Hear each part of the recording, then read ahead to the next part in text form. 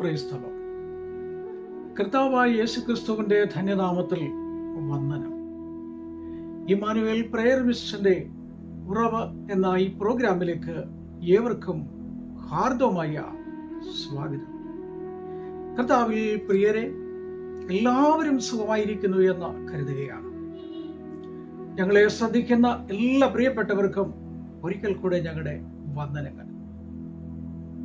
ലോകത്തിൽ അനേക സംഭവങ്ങൾ നടമാടിക്കൊണ്ടിരിക്കുന്ന ഒരു കാലഘട്ടത്തിൽ ദൈവത്തിൽ പ്രത്യാശ വെച്ചുകൊണ്ട് ദൈവാശ്രയത്തോടുകൂടെ ജീവിക്കുന്ന ഓരോ വ്യക്തി ജീവിതങ്ങൾക്കും ദൈവവചനത്തിലുള്ളതായിരിക്കുന്ന ഉറപ്പും ധൈര്യവും പ്രാപിക്കണം എന്നാഗ്രഹിച്ചുകൊണ്ട് അവരുടെയൊക്കെയും വിശ്വാസ ജീവിതം ധന്യമാകണം എന്ന് ആഗ്രഹിച്ചുകൊണ്ട് കർത്താവിന്റെ വരവിൽ കാണപ്പെടുന്നവരും ഒരുക്കപ്പെടുന്നവരുമായി നിൽക്കണമെന്ന് ആഗ്രഹിച്ചുകൊണ്ട് ദൈവത്തിന്റെ വചനങ്ങൾ ഞങ്ങൾ സവിസ്തരമായി സംസാരിക്കുന്നു. ഇത് കേൾക്കുന്ന ഓരോ പ്രിയപ്പെട്ടവരുടെയും ജീവിതത്തിൽ വലിയ വലിയ വിടുതലുകളും അനുഗ്രഹങ്ങളും ഉണ്ടാകട്ടെ എന്നുള്ള പ്രാർത്ഥനയാണ് ഞങ്ങൾക്കുള്ളത്. തളർച്ചയിൽ നിന്നും ജീവിതത്തിലേക്ക് ക്ഷീണിച്ചിരിക്കുന്ന അവസ്ഥയിൽ ശക്തി പ്രാപിച്ച് മനസ്സ് ഭാരപ്പെട്ടിരിക്കുന്നവർക്ക് ആശ്വാസമായി, വീണുപോകുമെന്ന് വിചാരിക്കുന്നവരുടെ ജീവിതത്തിൽ വീഴ്ചയിൽ നിന്ന് ഉയർപ്പായി പുതിയ അനുഭവങ്ങൾ ലഭിക്കപ്പെടുവാനിടയാകട്ടെ എന്നുള്ള ധന്യമായിരിക്കുന്ന ഒരു പ്രാർത്ഥനയാണ് നിരന്തരമായി ഞങ്ങൾ ചെയ്തുകൊണ്ടിരിക്കുന്നത്. ഞങ്ങളുടെ പ്രാർത്ഥനകളിലും ഉപവാസങ്ങളിലും പ്രിയപ്പെട്ടവരെല്ലാം ഓർത്തുകൊണ്ട് ഞങ്ങൾ പ്രാർത്ഥിക്കുന്നുണ്ട്.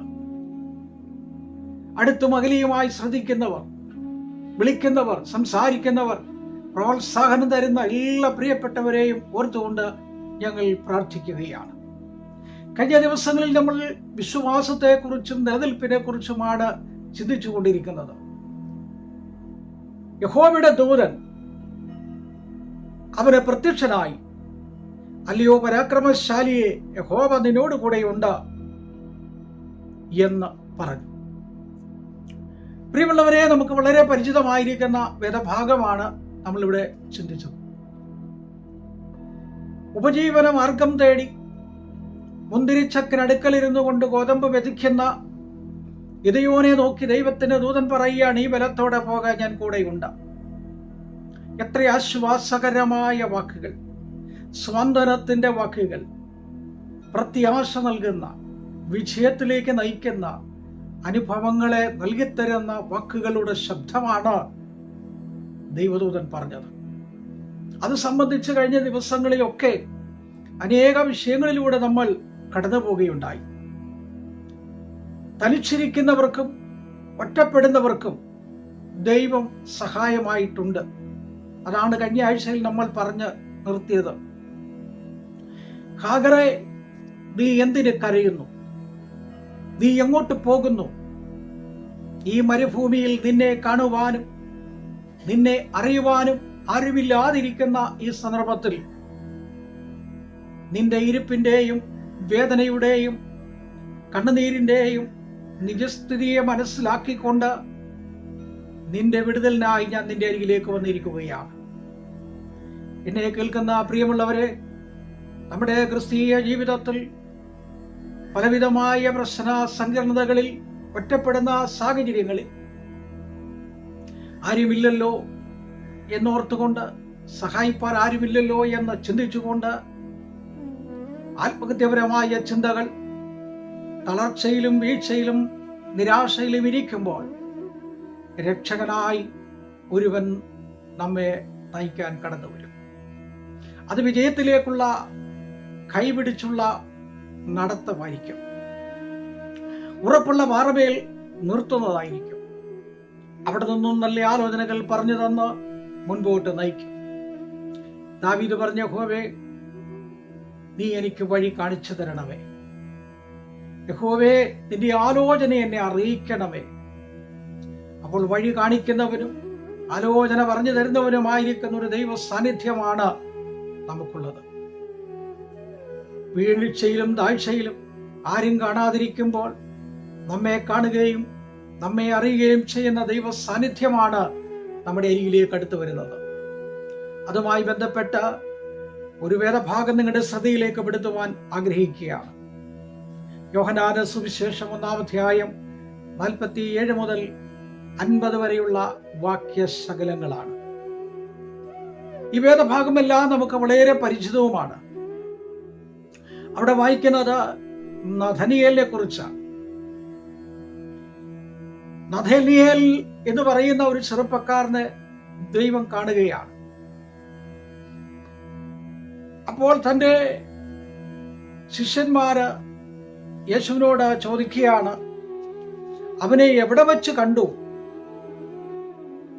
എങ്ങനെയാണ് അവനെ കണ്ടത് എന്ന്. അപ്പോൾ പറഞ്ഞതായിരിക്കുന്ന ഒരു മറുപടി ഇങ്ങനെയാണ്: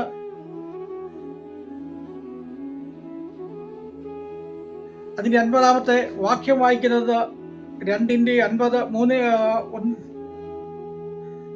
1-ാം അധ്യായത്തിന്റെ 50-ാമത്തെ വാക്യത്തിൽ വായിക്കുന്നത്, ഞാൻ നിന്നെ അത്തിയുടെ കീഴിൽ കണ്ടു എന്ന് നിന്നോട്. ഞാൻ നിന്നെ അത്തിയുടെ കീഴിൽ വെച്ച് കണ്ടു. ദാവീദ് പറഞ്ഞു, ഞാൻ ഇരിക്കുന്നത് എഴുന്നേൽക്കുന്നത് നീ അറിയുന്നു. ഞാൻ ഭൂമിയുടെ അറ്റത്ത് ചെന്ന് പാർത്താൽ അവിടെയുണ്ട്, പാതാളത്തിൽ കിടക്ക വിരിച്ചാൽ അവിടെയുണ്ട്. നീ അത്തിയുടെ കീഴിലിരുന്നാലും ചൂരച്ചെടിയുടെ കീഴിലിരുന്നാലും പാറയുടെ പിളർപ്പിലിരുന്നാലും വഴിയോരത്തിരുന്നാലും വെള്ളമില്ലാതിരുന്നാലും ഭക്ഷണമില്ലാതിരുന്നാലും വീടില്ലാതെ ഇരുന്നാലും പണമില്ലാതിരുന്നാലും വാതിലുകൾ അടയുമ്പോൾ ആരുമില്ലാതിരിക്കുമ്പോൾ ആശ്രയിക്കുവാൻ ആരും അടുക്കലില്ലാതിരിക്കുമ്പോൾ നിന്നെ കാണുന്നൊരു ദൈവമുണ്ട്. പ്രിയമുള്ള സഹോദരി സഹോദരന്മാരെ, എൻ്റെ പ്രിയ കുഞ്ഞുങ്ങളെ, ആരും നിങ്ങളെ കാണുന്നില്ല എന്നൊരു തോന്നൽ നിങ്ങൾക്കുണ്ട്. ആരും അറിയുന്നില്ലല്ലോ എന്നുള്ള ഭാരം നിങ്ങളുടെ ജീവിതത്തിലുണ്ട്. ആരും ഞങ്ങളുടെ ജീവിതത്തെ മനസ്സിലാക്കുന്നില്ലല്ലോ എന്ന് ചിന്തിച്ചു കൊണ്ടിരിക്കുന്ന ഒരു കാലഘട്ടമാണ്. കയ്യിൽ പണമില്ല, പോകുവാനുള്ള വഴികളില്ല, സാമ്പത്തികവും മാനസികമായി ഞങ്ങൾ തളർന്നിരിക്കുന്നു.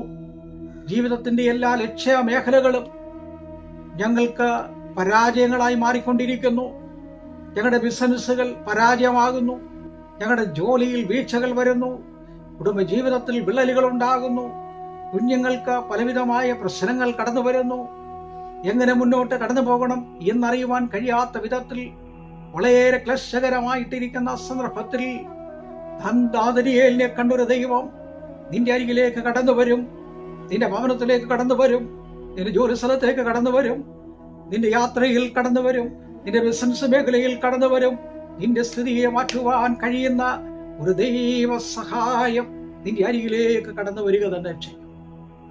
അതുകൊണ്ട് വിശ്വാസത്തിന്റെ നായകനും പൂർത്തി വരുത്തുന്ന യേശുവിനെ ശ്രദ്ധിച്ചു നോക്കണം. അപ്പോൾ നഥനിയേൽ പറഞ്ഞത്, നീ ദൈവത്തിന്റെ പുത്രനെന്ന് ഞാൻ അറിയുന്നു. ചില കാര്യങ്ങളൊക്കെ നമുക്ക് വെളിപ്പെടുത്തി തരുമ്പോൾ നമ്മൾ അറിയാതെ പറയുന്ന ഒരു കാര്യമാണ്, സാക്ഷാൽ ദൈവ സാന്നിധ്യം ഞാൻ അറിയുന്നു, ദൈവകൃപ ഞാൻ അറിയുന്നു. നാട് വിട്ട് വീട് വിട്ട് ദേശം വിട്ട് വീട്ടുകാരെ വിട്ട് വിവിധ മേഖലകളിൽ ജോലിയോടുള്ള ബന്ധത്തിൽ ബിസിനസ് ആകട്ടെ പഠനമാകട്ടെ കുടുംബമായിട്ട് പലയിടങ്ങളിലൊക്കെയും പാർക്കുന്ന വേളകളിൽ നമ്മുടേതായിരിക്കുന്ന ജീവിതത്തിന്റെ ദുഃഖവും വേദനകളും ഉള്ളിൽ ഒതുക്കിക്കൊണ്ട് ജീവിത ഭാരങ്ങളെ വഹിച്ചുകൊണ്ട് മുറിക്കകത്ത് ഞരങ്ങുമ്പോൾ കരയുമ്പോൾ ഞെരുങ്ങുമ്പോൾ ആരും നമ്മളെ തിരിച്ചറിയത്തില്ല. കാഴ്ചയിൽ ആർക്കും നമ്മൾ പിടികൊടുക്കുന്നില്ല. നമ്മുടെ മുഖഭാവം കൊണ്ടോ സംസാരം കൊണ്ടോ ശൈലി കൊണ്ടോ ഇടപെടുന്ന രീതികൾ കൊണ്ടോ നമുക്കൊരിക്കലും നമ്മൾ ദുഃഖിക്കുന്ന അവസ്ഥയുള്ള വ്യക്തിയാണെന്ന് അറിയിക്കാതെ ജീവിക്കുന്നവരല്ലേ. എല്ലാം ഉള്ളിലൊതുക്കിക്കൊണ്ട് ഉള്ളിന്റെ ഉള്ളിലെ വേദനകളെ ചേർത്ത് പിടിച്ചുകൊണ്ട് ഇന്ന് മാറും നാളെ മാറും മറ്റന്നാൾ മാറുമെന്ന് പറഞ്ഞുകൊണ്ട് ചിന്തിച്ച് ജീവിക്കുന്നവരാണ്. എങ്ങനെ മുന്നോട്ട് പോകുമെന്ന് വ്യാകുലപ്പെടുന്ന പ്രിയപ്പെട്ടവരാണ്. ജീവിതത്തിന്റെ എല്ലാ മേഖലകളിലും നൊമ്പരങ്ങളിലും വളരെ ക്ലേശകരമായ അവസ്ഥകളാണ്. നഥനിയേലിനെ കണ്ടപ്പോൾ ശിഷ്യന്മാർ ചോദിച്ചു, അവനെ എവിടെ വെച്ച് കണ്ടു? അവൻ ജനിക്കുന്നതിന് മുൻപേ ഞാൻ അവനെ കണ്ടു. അവൻ അമ്മയുടെ ഉദരത്തിലായിരുന്നപ്പോൾ ഞാൻ അവനെ അറിഞ്ഞു. ഞാൻ അവന്റെ പേര് അന്ന് കുറിച്ചിട്ടോ. ആ പേര് ചൊല്ലി ഞാൻ നിന്നെ വിളിക്കുന്നു നഥനേലേ. ഇന്ന് അവൻ നമ്മെ വിളിക്കുകയാണ്. നമ്മുടെ ഭവനത്തിൽ, നമ്മുടെ വീട്ടില്, നമ്മുടെ ജോലിസ്ഥലത്ത് നമുക്കൊരു രക്ഷ തരുവാൻ, വിടുതല നൽകുവാൻ, കൈക്ക് പിടിച്ചൊന്ന് ഉയർത്തുവാൻ അവൻ അരികിൽ വന്നിട്ടുണ്ട്. നിന്റെ പേരിൽ അവൻ വിളിക്കും, പേര് ചൊല്ലി അവൻ വിളിക്കും. അതുകൊണ്ടാണ് യോഹന്നാന്റെ സുവിശേഷത്തിൽ വായിക്കുന്നത്, ആടുകൾ അവന്റെ ശബ്ദം കേൾക്കും. ആടുകൾ അവന്റെ ശബ്ദം കേൾക്കും. അവൻ വിളിക്കുമ്പോൾ ആടുകൾ തിരിച്ചറിയും. മറ്റാർക്കും തിരിച്ചറിയാൻ കഴിയാതെ പോകുമ്പോൾ നമുക്ക് തിരിച്ചറിയാൻ കഴിയും. ആ തിരിച്ചറിവ് നമ്മുടെ ക്രിസ്തീയ ജീവിതത്തിന്റെ ഭാരങ്ങളിലും പ്രയാസങ്ങളിലും മാറ്റങ്ങൾ നൽകിക്കൊണ്ട് ജീവിത ലക്ഷ്യത്തിലെ പ്രാപ്തിയിലെത്തിക്കുവാൻ കഴിയുന്ന ഒരു ദൈവ സഹായമുണ്ട്. ഒരു വിശ്വാസ ജീവിതത്തിൽ നിൽക്കുന്ന പ്രിയമുള്ളവരെ, നിങ്ങളെ വിളിച്ചൊരു ദൈവമുണ്ട്. ഇന്നും പേർ വിളിക്കുന്ന ദൈവമുണ്ട്. 365 പ്രാവശ്യം വിളിച്ചിട്ടുണ്ട്. ദൈവസന്നിധിയിലേക്ക് പകൽക്കാലം നമുക്ക് ഏൽപ്പിക്കാം. സമയത്തിന്റെ പരിധികൾ കൊണ്ട് ഞാൻ ഇവിടെ അവസാനിപ്പിക്കുകയാണ്.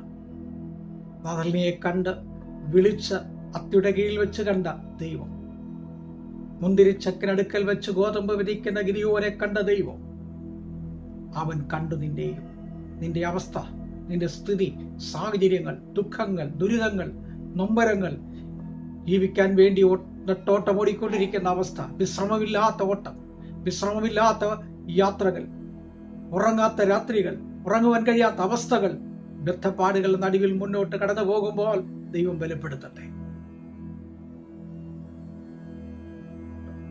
മത്തലക്കാരി മറിയ ദൈവം കണ്ടു.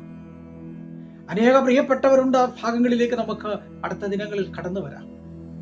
ദൈവം കണ്ടതായിരിക്കുന്ന ചില വ്യക്തികളെയും ദൈവം വിളിച്ചതായിരിക്കുന്ന ചില പ്രിയപ്പെട്ടവരെയും നിങ്ങളുടെ ശ്രദ്ധയിൽ കൊണ്ടുവരാൻ ആഗ്രഹിക്കുകയാണ്. അവർക്ക് ലഭിക്കപ്പെട്ട സന്ദേശങ്ങൾ, അവർക്ക് ലഭിക്കപ്പെട്ട ഉയർച്ചകളൊക്കെ നമുക്ക് ചിന്തിക്കാം. ദൈവം അനുഗ്രഹിക്കട്ടെ. കരുണയുള്ള ദൈവമേ, സുക്രിസ്തു പിതാവേ, കേൾക്കപ്പെടുന്ന വചനങ്ങളെ അനുഗ്രഹിക്കണം. കേൾക്കുന്ന വ്യക്തികളെ അനുഗ്രഹിക്കണം. രോഗികളായി കഴിയുന്നവർക്ക് വിടുതൽ കൊടുക്കണം. സ്വദേശത്തും വിദേശത്തും ഗൾഫിലും യൂറോപ്പിലും അമേരിക്കയിലുമായി താമസിക്കുന്ന അനേക പ്രിയപ്പെട്ടവര്, ബിസിനസ് ചെയ്യുന്നവര്, പഠനവുമായി ബന്ധപ്പെട്ട് പോയിരിക്കുന്ന പ്രിയപ്പെട്ടവര് എല്ലാവരും കർത്താവ് അനുഗ്രഹിക്കണം. ജീവിതത്തിൽ വേദനയും നൊമ്പരവുമായി ഭാരത്തോടെ ഇരിക്കുന്ന അനേകരുണ്ട്. അവർക്ക് ആശ്വാസവും സൗഖ്യം വിടുതൽ നൽകണം. മഹത്വം എടുക്കണം. രക്ഷകന്റെ നാമത്തിൽ തന്നെ ആമേൻ. ദൈവം ധാരാളമായിട്ട് അനുഗ്രഹിക്കട്ടെ. ഈ വചനങ്ങളാൽ നിങ്ങളെ ശക്തീകരിക്കട്ടെ.